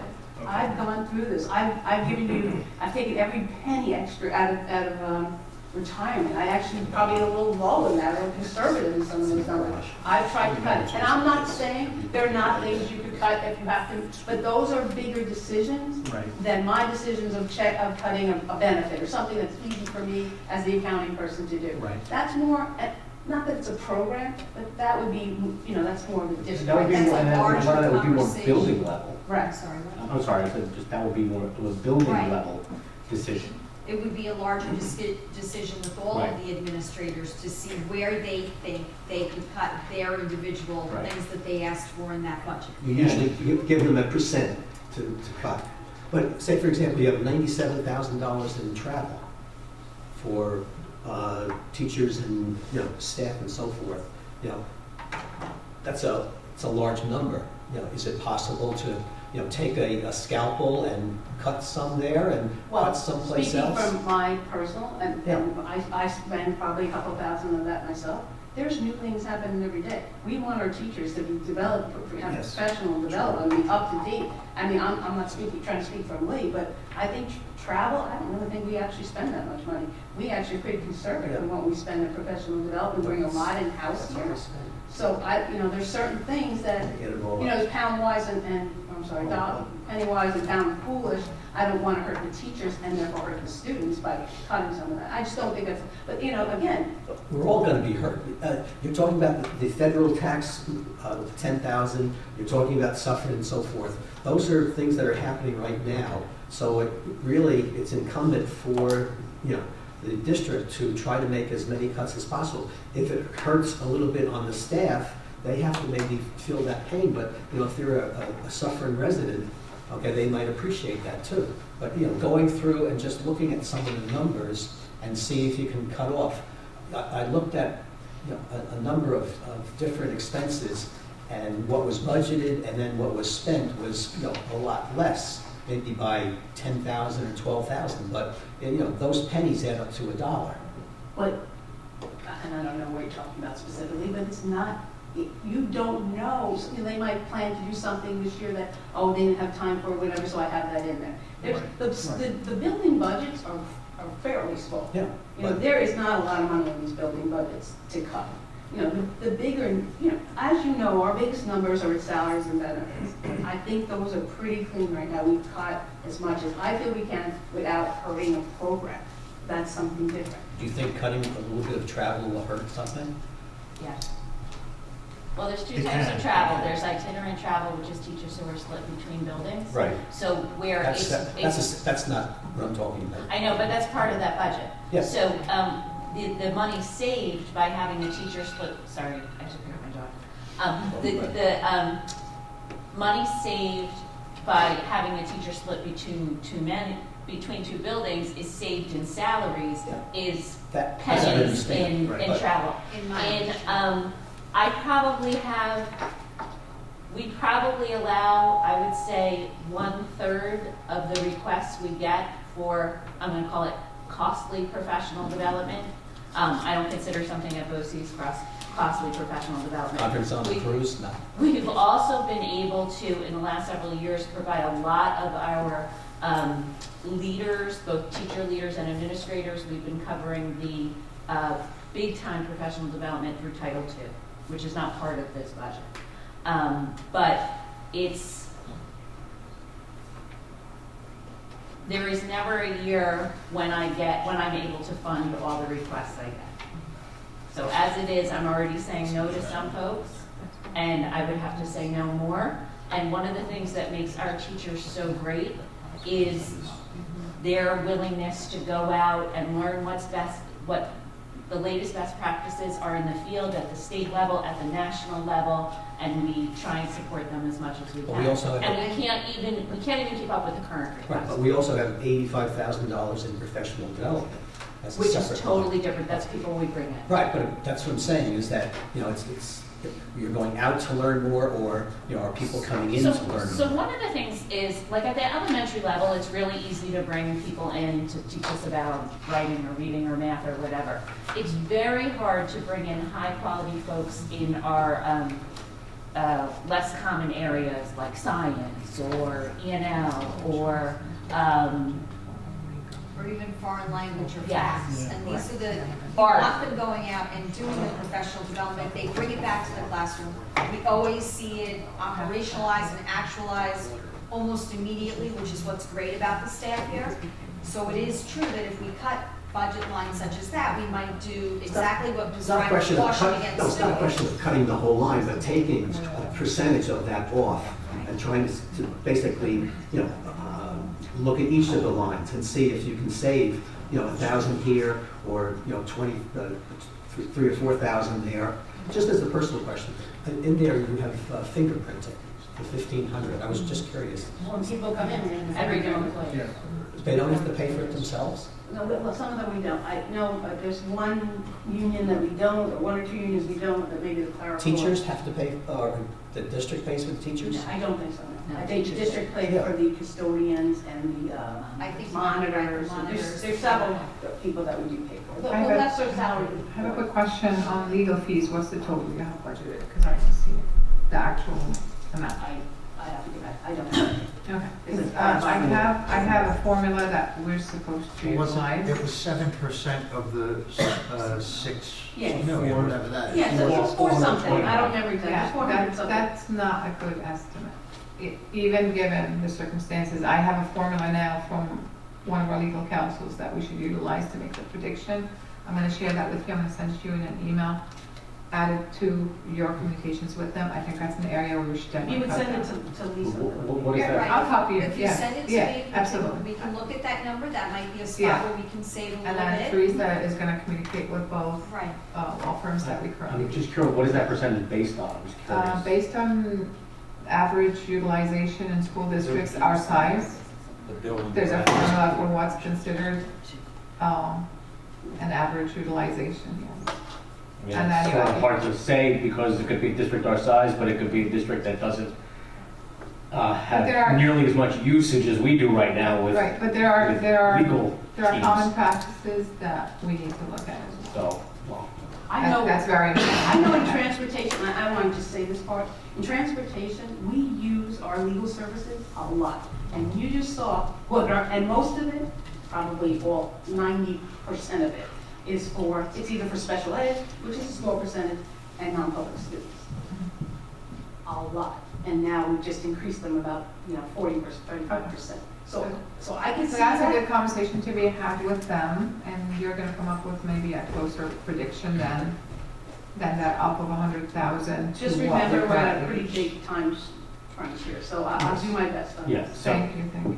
so if we're gonna ask to keep reviewing these numbers over and over, and so it's Thursday night, we need to vote on this Tuesday. on Tuesday. Tuesday night. So let's, Any communication needs to let's, happen prior well, to. let's put all that aside for a minute. I mean, at least I would like to put aside, let's take 10,000 here and 5,000 here and 1,500 here, and just sort of get back to the beginning and ask ourselves, what are we comfortable proposing to raise the taxes to the public? And after that's answered, how are we making it up? Okay, we'll start with you answering that So, question. that's fine. I'll go first. Let's go first, because we'll go I mean, around and say that, that's what I was hoping to. I think the accomplish, so. 2% is high. I think that's, last year was 2%. The year It was before. plus 2, last I year think, was I more. thought last year was No, flat we were- 2. No, it's like 1.9 It's two- something. 1.9. And the year before that was 2 and change. 1.9. Remember, this year, So- we could have been at 4 point whatever. No, I read 4.02. I don't want the 2%, I don't want to push a 2% tax increase. But I'm also slightly realistic, and I don't think to get down to 0 is realistic. I just don't. So, Somewhere in the. so what I would throw out there as maybe a starting off point is 1%, and based on the information that Teresa shared with us, if we figure that if we raise taxes 1%, we would have $1 million shortfall, give or take. Where are we making up that money? Are we going to take it from tax certs? Are we going to slice and dice this budget 8 weeks from Sunday? How are we going to make that up? Can't be Sunday. How much do we have? It'll be Sunday, I'll be working I on don't think it's Sunday. Saturday. What is the total in tax certs? What do we have as a total in tax certs right now? 25,000 or something. 20, 20 million. yeah, so to take $1 million or $2 million out of that, I mean, what's gonna happen where that $1 million or $2 million is gonna, and make everything in flow? But let's think, we can't look at what I'm trying to say here is you can't look at a 1-year Yes, snapshot. fix. You have to think about the fact that we're going to have this building a shortfall for 3 additional years. And again, I'm not telling you what to do, but I just want you to have everything in your head. We're gonna have a building aid shortfall. And we may, I hope not, and I know everybody's working on this, have a utility problem that we might say, okay, we're not gonna raise taxes on people this year because they're already gonna get hit with $2 million because the assessed value of the utilities is going on. They're already getting this big hit. And that's could happen. You could get a $2 million hit for people. So having those tax certs is important to think of this as probably a 3 or 4 year plan until things start to settle. And like you've already stated, it is the recommendation from NISBA to keep 100% on the books, which is what we've done. The other thing to keep in mind is that once we take it out, it's probably never going back in. But the practice has been, I mean, we've been raising taxes, like you just said, 2% a year. And we've been under budget, am I correct in saying that? That's not abnormal. We've been under budget, we haven't been using the money that we have, yet we're raising taxes. Yeah, no, I'm just speaking about the tax certs. All I'm saying is, once we start taking money out of the tax certs, you know as well as anybody, it's never going back into that But fund. that's exactly what's happening. So, But that's exactly what's No, it's happening. not. They're taking the excess money and putting it into the tax certs. No, they're Not all of it. We get new tax certs of about $4 million in petitions every year. Right. So some of that is new, but also we're taking the old ones out. But we're also using, you gotta think about this excess money. When we voted 2 years ago, I believe, on a $10 million capital reserve, the only place that capital reserve is funded is excess money, our revenues over our expenditures. So that's kind of built into these budgets. You have to- Also, part of that is because you see, like I talked about the fund balance on one side, that money goes in on the revenue side as well. We start with $3 million that came from the year before, having leftover money. So kind of, you gotta think that it's a little bit is built into right, that. so Again, I'm not telling you what to do, I'm just saying, you gotta look at this whole picture. just to clarify, there's nothing in the tax cert fund that isn't earmarked for tax certs. 100%. Okay. That's what it's designed.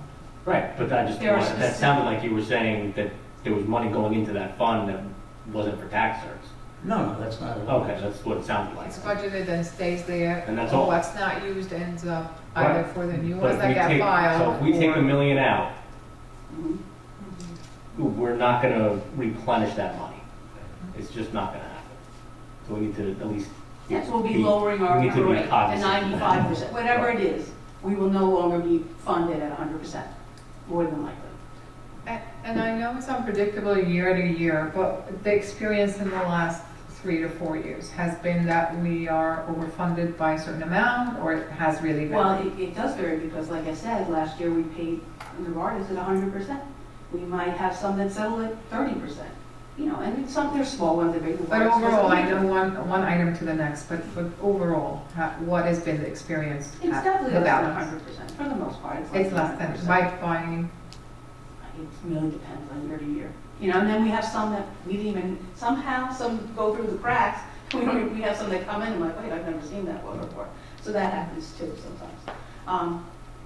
It's hard. so budget to budget, this budget is only 0.94% over the previous one, while last year's was 1.92% over.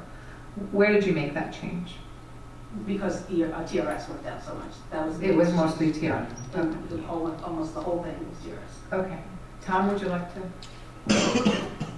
Teresa, I hear you, you know, and I just want to it give you makes the facts, me just the nervous, facts. no, it makes me nervous.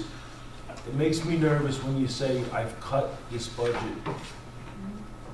And you do this, and you're saying, there's no more meat on the bone.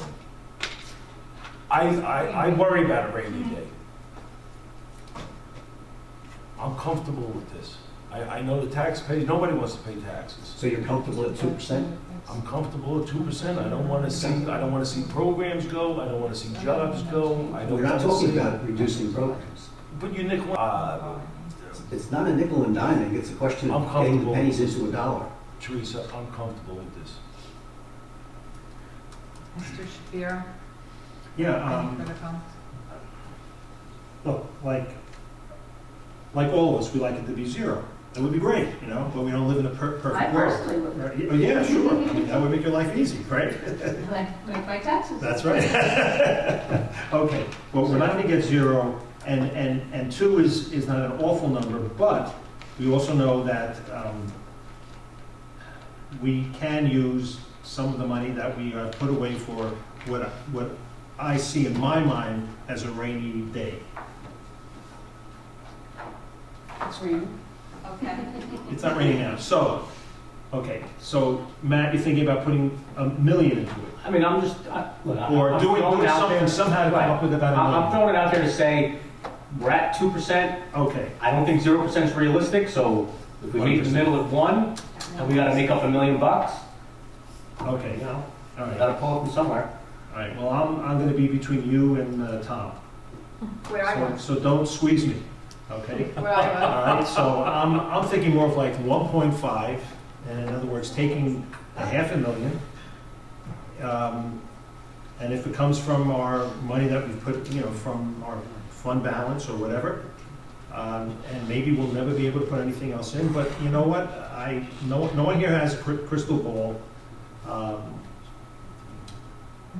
on sorry. either way, so I Oh, would, I'm sorry, where did? 1.5. Yeah, but the 500,000 you said take from where? Take from our reserve funds, our fund Okay. balance. No. Well, whatever, you know, whatever you call it. I would make it generally the reserves and. Right, Yeah, so you know, you say you leave whatever the you want tax to call cert it, to alone, me, and it's, you take it from it's the money that's in the Just be what mattress. reserves, whatever happened at the end of the year. there. Sorry, I don't mean to speak over you.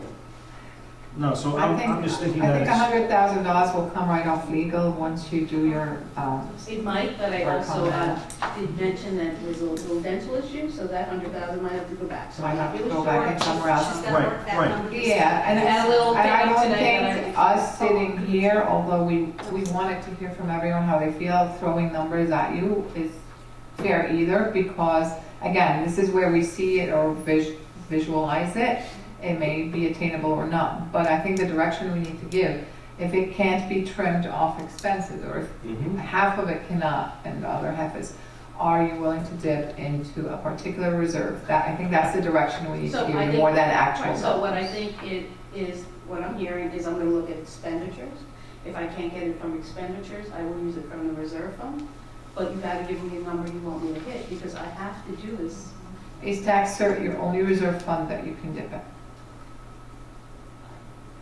Probably the best one too, but I know there's some other ones I have, I could lower them a little bit. So that would be my recommendation if I can. But I mean, To that's say it something- doesn't all have to I could come put it from in tax reserve, certs. and we could decide that basically at the end of the year, because when June comes, and, well, really, when August comes, and we see what money we have left, and where we're gonna move our funds, then we could decide at that point what we're gonna do. So you're able What to move reserve? from one to the other. Oh, yes, well, not the capital reserve. You Right, can't touch right. that, and I can't Except for touch the debt service. Right. How far funded is the 10 million that was voted? It was only 2 years Yes, That's so what I so far. So, I know we put 1.5 last year, I'm not really sure about the year before, so we will have to go. okay.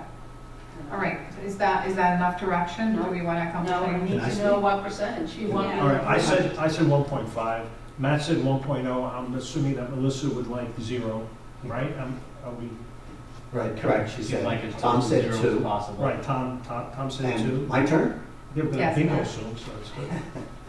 Basically, the last controller's report, which I read, said the district has continually collected more money in taxes than they should have. The last, there was another report by NICET, financial report on the district, and they said the same thing, they echoed exactly the same thing, that the district is collecting too much money in taxes, and they should, in some way, do something with that money. They made a number of suggestions. NICET's thing was the average over collection for the last 3 years was 1.9%. So I think that with all of that, I think we can go down, and I would say 0.5% increase. So 0.5? Pardon? 0.5? 0.5. So no one is agreeing, so that leads you nowhere. I need to have a direction though, because I have to do it this weekend, I have no shot. Right. Average, right. I think, Well, I haven't really heard from either one of you. well, I think we're leaning towards a 1 or 1.25, if I'm doing the math correctly, between us. Well, that might be the average, but what was your opinion? Again, I'm inclined towards 1% like you are, and yeah, I definitely will not take that from any program or salaries or anything like that was mentioned at the beginning. We all agree on that. We all agree on that aspect, and yeah, Have a if we fund can balance, that's too combine much. different reserves and not necessarily all from tax certs, and some trimming here and there, that we get all the administrative staff to put their heads together. I know it's a short time. That's why I really feel that moving forward, if I can make that recommendation to the board, that we schedule lengthier workshops like this one, where we can really dig into the numbers and ask more questions ahead, rather than the half hours that are attached to a board meeting, because they've become like Yeah, I mean, almost I not think- enough. I think all workshops should be like this. Yeah, I mean, so that- if you, moving forward, you can put that in mind, that a workshop like today I felt was a lot more helpful. Yeah, I mean, I think for next year, all the workshops, we should allocate more time to. At the very least, 1 or 2 should I be have to scheduled. say separate. that one thing though, is Yeah. that we had 4 scheduled this year. The first one, obviously, we had the governor's numbers. The second one, I was going to present some numbers, but I didn't have any new numbers. Right. The third one, I think 3 are really a good amount, because you really want to talk about something that are. We don't want to increase the number, but I think not I'm just attaching saying- it to the board meeting is very But I'm saying we healthy, had so it's 4 given scheduled enough this time. year, I So think you want 3 it is. separately, so Like you today. have time to discuss. Yeah, like the tonight second was. one. I think that was think very one for the helpful. governor, one when the legislative number comes out, one, for. Cash it all out at the end when you have all the Right. facts. Right. So We didn't just- even have, I mean, just remember that. We had 4 scheduled, but we No, didn't I agree, and I actually just, have, but we no, didn't have 4. no, I had numbers ready, but we just, did a small. Go ahead. Okay, I'm waiting for Angus. I think 1% is fair. Okay, Sorry, say it again. I think 1% is fair. okay. So we have 2, 4, 6, Are you doing the average? 7. Actually, the average comes out to be 1%. 1%. That's what I felt before hearing So, this, that it was I inclined just to want to 1 or 1.25. understand that what I'm being told is I'm going to increase taxes 1%, and then I'm going to look and see if there's any expenditures I can reduce. whatever I can't reduce for expenditures, and I really don't want a nickel and dime, Right, I'm going to use from a reserve, I'm gonna put reserve. right. Paul, go ahead. Oh, okay, so we're saying that we average 1%, but being realistic, it may come out to be 1.4%, I mean, 1.3%. Maybe you can't get it down to 1%. Well, I mean, Yes, wait a minute, we could get it down to zero also if you take 2 million out of the reserves. I think but feedback I don't- during the next I don't few think that's a days. smart way to go. Yeah, feedback where you Well, let think me it's say gonna this. come I'll from. provide you with, Yeah, I'll provide you with the feedback as Teresa works the numbers, As she'll you're pass working them to them. me, I'll pass them to you guys, you can let me We'll know get your a Can you have a bake thoughts. sale? I'm sorry, what? A bake sale? I don't think I can make that many chocolate Go chip fund cookies me. by next week, maybe, but But- not so sure. But I just wanna Can you say all this, bake? I mean, Yeah. I really, tomorrow's Friday, I done, really, 1 second. I'm gonna have, like, I'm gonna do what I can. 1 second, these guys are joking around. Go No, ahead. I'm not. You have to understand that, I spent last weekend doing this, I will spend this weekend doing this, but I need to have a direction, because there's a lot, I don't think people realize how much time is involved in this. Oh, trust So me. I think the direction is, the goal is 1%. If you come back to this board, and I think we would all agree and say 1% is gonna be really harmful, I really would ask you for 1.25. Sure. You'll get Or feedback. take more out of You'll the get fund balance. feedback right away. We're all gonna be watching our emails and you'll have it right I away. mean, honestly, no. I'm just putting out. Right, I know what you're saying, but honestly, it's not harmful, because if she can't get it to 1% by trimming, the rest of it's just gonna come out of the balance fund anyway. I think that's what's gonna end up happening, so we gave direction So 1%, 1%, and that's You'll what just we look gave at it and see at if this you can point. get out. But, It's but 1%, it's 1%, and But what I'm you saying take is it out of that the I don't have the time to, because trimming could be what I could do. I've done a lot of it. I'll look one more time. But I don't have the time to sit with the principals and say, what do you want me to cut a small amount? It's just not worth it at this point. No. There's just not a lot of time. No, I mean, theoretically, we could go forward with this plan of 1%, and obviously you don't spend the money tomorrow, you spend this money 9, 10, 14 months from now. So what I hear you saying is you could still ask them to do some trimming. Of course, Right. you could still take the time and review each individual line at the building level, Down the road. down the Which is road. always Right? a It doesn't great have to way to be go. all crunched into the next 3 days. At Right, least but I'm we know saying where I'm we're not- going. This budget is any change in the expenditures right now for this budget will be anything I can do. If I can't do it by myself, I'm not doing it. No, I understand that. We agree. That's So I'm fine. not And gonna communicating travel. simultaneously with all our administration Right. that everyone needs to trim where they can. Not do that.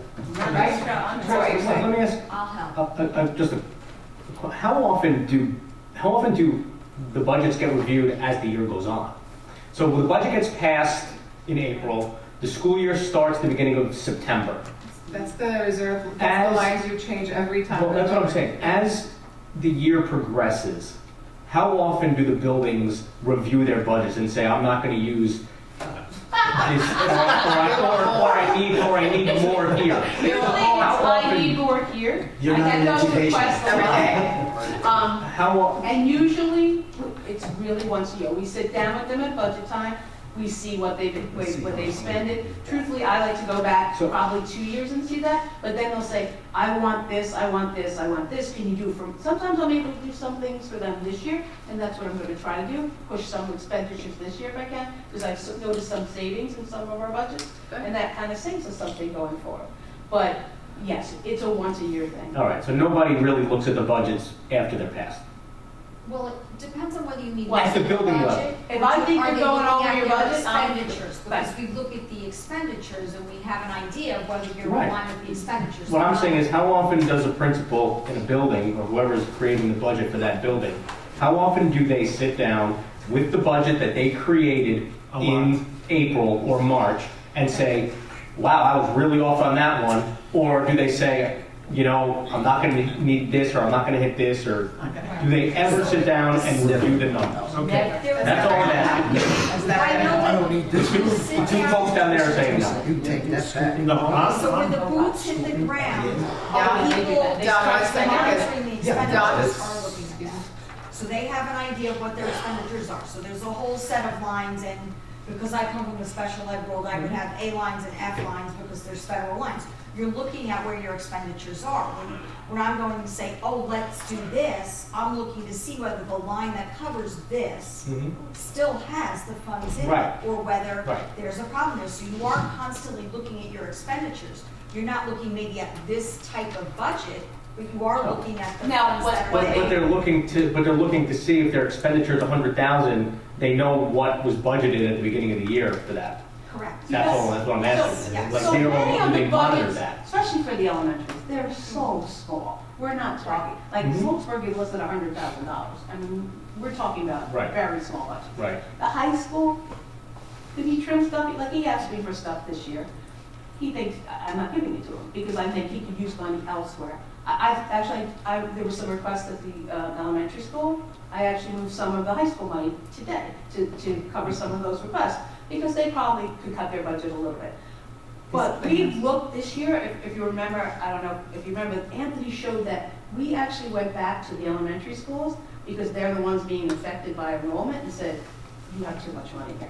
We gotta keep everybody in line here, we gotta lower this level. It's not easy. Nobody wants to give you back money. No one, you know what I mean? But we do look, You when we will go. make a request, I'm shocked. you will make a request to all buildings, and I understand, and we all understand you're not gonna have numbers from them back in time, but it's an area where. it That we be- can examine and see if there's anything that we could. Thank you If there's very any much, and extra- again, I think all of my fellow board members, our fellow board members agree that this was very, very helpful, because we weren't rushing to a meeting or, So in and that's out of something going executive. forward, having workshops. Yes, that's and it used separate to be than- the case, it used to be separate, and I Yeah. think we should go back to Yeah. having a workshop here and there that are separate from a meeting. Yes. Yeah, I think the initial one should be attached Probably, to the regular the meeting. numbers are not there. Right. Maybe a second and a third separate, and then Like- obviously the fourth, when we adopt the budget. Within a that's in meeting, front. that has to be, Yeah. I think so a couple of them. It's, Sure. I think it's important because obviously, I mean, I love the people that are here, but people aren't showing up. And I think, when you're attaching at least the first. They're in one, Suffern tonight. Yes, I'm sure they I'll are. tell you why else we had to schedule this as an addition, but if it's announced earlier, the hope is more people will But be what I'm saying is expecting. that you want the public to know, Absolutely. especially the first meeting, it's very important Yes. that we do that as So part the of the first board and meeting. fourth attached to a meeting, the second and third possibly not. I think that consensus, I just want to make sure we've made some conclusions out of the experience this year. Also, we accomplished something we couldn't accomplish last year, is more trimming than, Matt, if you recall, we were really making an effort to do this Matt wants last me to year. sharpen my pencil. You had to sharpen your pencil this time, better than last time. I still want you to show me. But I don't think I need to tell you I gotta anything. start with that high school fighting, no, I'm kidding. Well, Melissa set the bar really high, so we had to meet her somewhere in the middle, and we're thankful that she couldn't stay till the end. She had a commitment, so. What I would Thank ask, you for everyone who was though, here. going future, is that, we would have more time, we made that kind of decision in the middle, we'd have more time to look at this. Absolutely. So I feel a little, Yes. this is a little rushed, and there's no reason, we shouldn't Absolutely. be. We should have these meetings longer and You're earlier. a better job. We'll plan it out better. Absolutely. Thank you. We worked well together. Thank you very much for your hard work on this, Yes, Ms. thank you. Isolde, Thank you, and Teresa. for You did a Dr. tremendous job. Gustavo, the I know staff you- who's here, thank you. I know you all of you. short-handed up there, but thank you. I am very 'Cause short-handed. I hear you the weekends, which we don't sing, but obviously you're getting the job done. Thank you. Thank you, everyone. Thanks. Thank you. Thank you. If you want help, I can reconcile the checkbook, that's pretty much it. Okay, well, good for you, because I don't do mine. Well, I don't like checks, it's reconciled. My wife What's takes- the my wife name? takes the checks. There.